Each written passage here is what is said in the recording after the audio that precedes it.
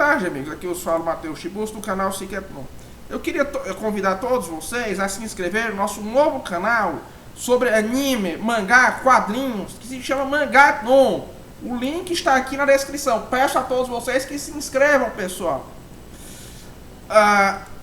Seguinte, o nosso chat interno, no qual todos vocês podem entrar por apenas R$5 ao mês, aí vocês me mandam um e-mail, né? Aí eu mando o link para vocês entrarem no chat interno do Telegram. O Gabriel, um abraço aqui para você, Gabriel. Ele estava comentando sobre a mediocridade dos chargistas brasileiros. Que é uma mediocridade muito grande. Você tem traços muito sem graça, na maioria das vezes, que são traços assim, de péssima qualidade, que os caras tentam ser engraçadinhos, mas não conseguem, tem um péssimo senso de humor também, não tem conteúdo, não tem roteiro, não tem nada que preste quase, né? Em charge brasileiro. Chargista brasileiro é uma coisa assim, horripilante. E infelizmente esses chargistas são a única coisa quase que restou da história em quadrinhos brasileira. Eu confesso que essa questão do quadrinho brasileiro, eu não acompanhei o que se publicou depois de 2015, 2016. Ouvi dizer que voltaram a publicar novas histórias do Zé Carioca, né? Ouvi dizer que voltaram a publicar novas histórias, porque nos anos 2000, né? Eu acho que é a Culturama que está editando o Zé Carioca, salvo engano. Nos anos 2000, o Zé Carioca continuava sendo publicado pela editora Abril, mas não recebia mais novas histórias, certo? Eles só não sei se o termo correto é reprisar, mas eles só repetiam e republicavam histórias antigas do Zé Carioca, que, diga-se de passagem, elas eram muito boas, histórias antigas do Zé Carioca, porque o Zé Carioca, né, ele foi feito pelo Walt Disney, quando ele veio, o Walt Disney veio aqui ao Brasil, por exemplo, naquele filme Alô Amigos, né, e depois apareceu no Você Já Foi para a Bahia. E como no Brasil já se publicava os quadrinhos Disney, a editora Abril publicava os quadrinhos Disney e publicava em larga escala, eles decidiram incluir também o Zé Carioca no rol. E eles começaram a fazer as suas próprias histórias, que em grande parte, muitos dos quadrinistas, as primeiras histórias em quadrinhos do Zé Carioca, feitas no Brasil, elas eram meio que emos abrasileirados das histórias em quadrinhos da Disney americanas. Mas entrou para a Abril gente que era proveniente da CETPA, que foi uma organização que o Leonel Brizola criou, certo? Com o objetivo de criar quadrinhos brasileiros, uma indústria nacional de quadrinhos brasileiros que usasse o imaginário brasileiro. E muitos desses quadrinistas gaúchos, depois do golpe de 64, entraram na Abril. Um dos mais notáveis foi o Renato Canini, né? O Renato Canini, ele recriou o Zé Carioca. Ele criou um Zé Carioca que pudesse ser inserido consistentemente no imaginário brasileiro. E muitos outros quadrinistas da Disney que atuaram na editora Abril prosseguiram com isso. De maneira que as histórias em quadrinhos do Zé Carioca foram uma manifestação muito interessante na cultura pop das figuras do imaginário brasileiro.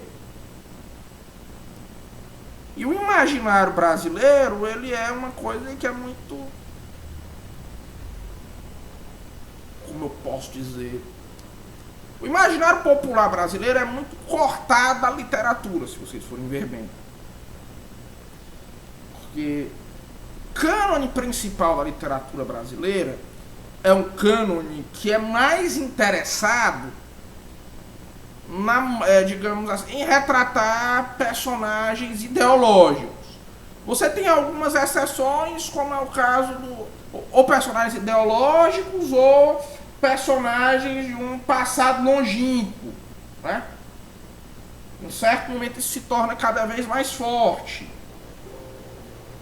Ou então, no máximo, tratar de temas socialmente relevantes, né? Ao menos nos últimos, na literatura que foi publicada nos últimos 40 anos. Né? Tem exceções, como é o caso da obra do Dalton Trevisan, a segunda fase do Carlos Heitor Coni, né?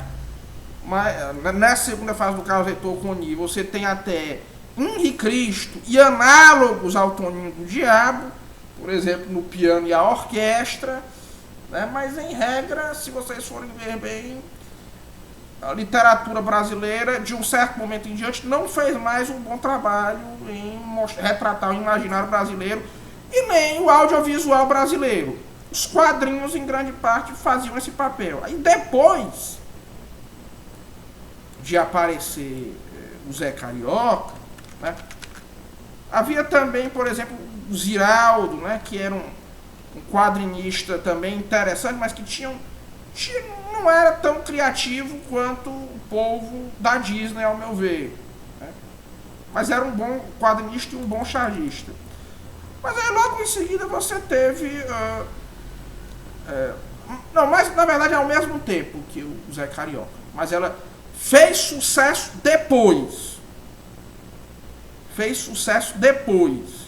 Né? O sucesso dela no início era algo muito tipo de São Paulo. Depois se expandiu mais, né, pelo resto do Brasil, que era a figura da Turma da Mônica. Que o Maurício de Souza não só aproveitava muito bem o imaginário brasileiro também, como ele conseguia fazer um diálogo muito interessante com o imaginário cultural mundial. Tanto da cultura pop quanto da alta cultura. Que o Maurício de Souza, não que o povo da Sétima também não fosse, mas ele é um grande erudito. Ele é alguém de grande cultura, de grande conhecimento. E tinha uma quantidade de referências na Turma da Mônica, tinha um diálogo do imaginário brasileiro com o imaginário internacional, né, tanto com a alta cultura quanto com a cultura popular, pop, ou a cultura popular, em estrito senso, ou mesmo a cultura de massa. Você tinha ali um diálogo com todas essas representações que era uma coisa extraordinária. De maneira que o Maurício de Souza acabou suplantando na cabeça das pessoas com o tempo o Zé Carioca, que até certo ponto era muito mais popular. Certo? Claro, se vocês forem ver bem, a história do quadrinho brasileiro é uma coisa mais antiga. Salvo engano, tem o Almanaque do Tico Tico, né? Tem uma série de coisas, né? Mas de modo geral, o Maurício de Souza o Maurício de Souza e o povo da Sétima também, o povo dos quadrinhos do Zé Carioca tão esquecidos, levaram essa arte dos quadrinhos ao seu ápice. Até os anos 90 ainda havia no Brasil indústria de quadrinhos que era relativamente difusa. Mas com o tempo isso se perdeu. Né? E agora as crianças, elas só veem a coisas digitais, só veem youtubers, né? Não veem mais nada que preste. Você ser criança no Brasil virou com o tempo uma coisa muito ruim. Virou uma coisa muito ruim. Você ser criança no Brasil. Você... Primeiro porque fica lá nessas escolas em tempo integral. O dia todo. Ouvindo conversa de um monte de professores idiotas. Quando sai, tem tempo para quê? Quando sai, ela vai ter que fazer o dever de casa. Sobra tempo para quê? Para mais nada. Não vai explorar o mundo, ela não vai poder ler muita coisa. Ela não tem mais o acesso, ela não tem mais, digamos assim, nem o desenho animado. O Brasil é um país que é tão louco que se criou no Brasil uma campanha contra o desenho animado. Puta que pariu! Puta que pariu! O Brasil é o país onde a classe dirigente, por alguma razão que eu não entendo, se alguém aqui tiver alguma informação, por favor me diga. Esse povo aí, da tal da Neca Setúbal, do Banco Itaú, eles fizeram uma campanha para acabar com a programação infantil na televisão. Uma coisa que não se fez em nenhum lugar do mundo. Por quê? Porque nós temos que acabar com a publicidade infantil. E por quê? Não, porque ela incentiva as crianças a pedir dinheiro pro pai. E onde é que é para a criança tirar esse dinheiro, meu Deus? Qual é o problema disso? E vale a pena, para acabar com isso, você aceitar o risco de acabar com a programação infantil do Brasil inteira? O pior é que o Congresso Nacional passou isso aí. Resultado, no Brasil você não tem mais programação infantil quase na televisão.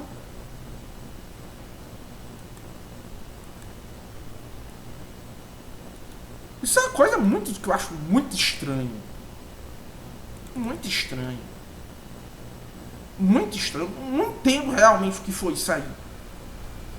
É uma coisa que eu acho que só poderia ter acontecido em um país que tenha, onde as pessoas têm um ódio muito grande por criança.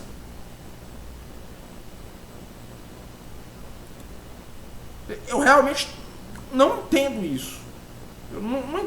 Se alguém aqui tiver alguma informação, eu imagino que haja algum motivo interior por trás disso aí. Eu não sei o que é. Se for um motivo ideológico, que provavelmente é o caso, é uma das agendas ideológicas mais perversas que eu já vi na minha vida. Eu imagino que seja alguma coisa ideológica. Se for esse o caso, deve ser um dos planos mais perversos que eu já vi. Você acabar com a programação infantil das crianças. Fizeram um lobby para isso. Um lobby enorme. Esse povo, essa ideia aí parece que saiu da cabeça da Neca Setúbal. Pois é, então, graças a Deus que eu não fui criança no Brasil de hoje. Porque eu, Matheus Tiburcio, não iria aguentar. Certo? Mas foi bom no passado. Parece que a editora Culturama está editando os quadrinhos Disney no Brasil. Meu conselho a todos vocês: comprem os quadrinhos Disney da editora Culturama, se ela ainda estiver publicando. Há poucos dias atrás eu investiguei, ainda está. E comprem também para os seus filhos as histórias em quadrinhos da Turma da Mônica, que ainda estão sendo publicadas, né? Enquanto Maurício de Souza ainda é vivo, que ele está atrasando implementarem na Turma da Mônica tudo que não presta. Pois é fundamentalmente isso. Um forte abraço a todos. Né?